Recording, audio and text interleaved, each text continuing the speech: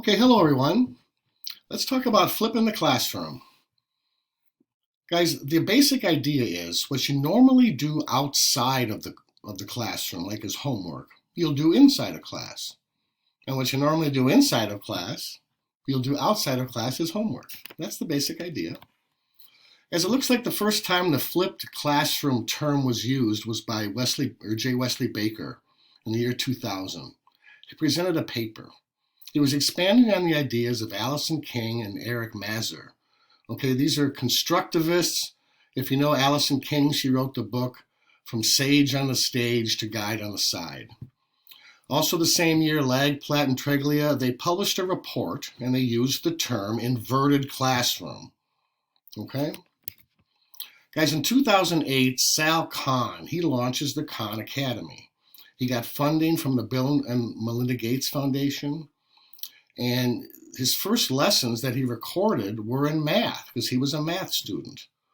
And a lot of teachers started using kind of this inventory of lesson plans or lessons that he had put together. Now, in 2012, Bergman and Sams published a very famous book called Flip Your Classroom, Reach Every Student in Every Class Every Day. They were chemistry teachers in Colorado. They started recording their lessons for students who were absent. And they realized once they had this big inventory of video lessons recorded, they could use that as homework, and they flipped their class. The same year, the Flip Learning Organization was formed, and Bergman and Sams were a part of that. Guys, the Flip Learning Organization, they have a website. You can go there and look it up. This is how they define flipped learning. Now, y'all, I'm not going to read all this stuff for you as I go through all this. But again, the basic idea is the direct instruction part of the lesson that you normally do in class is moved outside of class, and they individually do it. So then in class, that frees up the time to do lots of interactive type of activities that they can do together where they apply the concepts.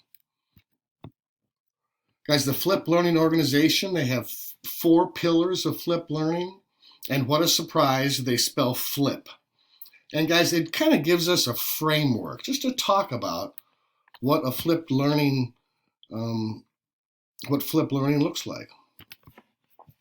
Guys, the first one, the F, is flexible environment, a variety of definitely engaging type of activities. Guys, again, these are the constructivists, even going back to Dewey, Vygotsky, I'm sure you've heard of him. Guys, learning is socially constructed. It's something that we do together. We talk about it, okay? Down here, there was a study done in 2004. All right, it showed that students, they don't receive a high-quality math education. A lot of students don't.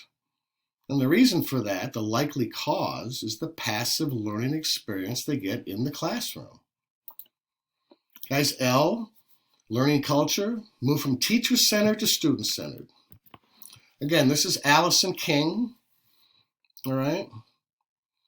The idea that move away from where students are dependent on the teacher to deliver the knowledge to them, okay? Become more of a facilitator of knowledge. And I love this line right here, when students are given the opportunity to actively process information by reconstructing it in new and personally meaningful ways, they're far more likely to retain it and use it in new situations. That lady, she's speaking my language.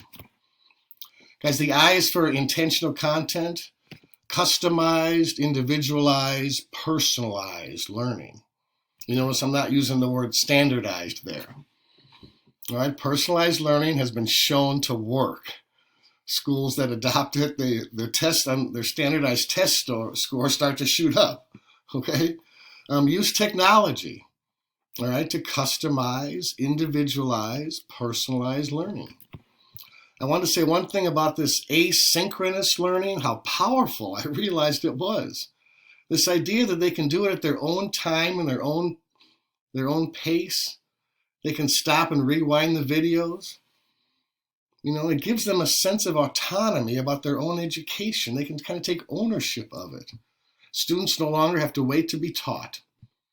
Again, I like this very last line here, because knowledge acquisition now takes place outside the classroom. Each student can control it to match their own personal abilities and appetite. Then they come into the classroom and apply it socially. They are presented the new content individually in sort of their own way, the way they want to get it.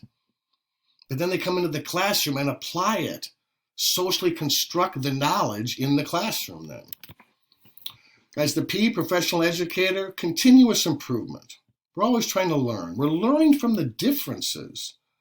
Do it different. Don't keep doing it the same. Have teachers doing it different ways so you learn from the differences. You get that compare, contrast thing that happens. Guys, I sort of think this is the hardest part of being a teacher. To try to get students into this place where they're productively struggling without giving up.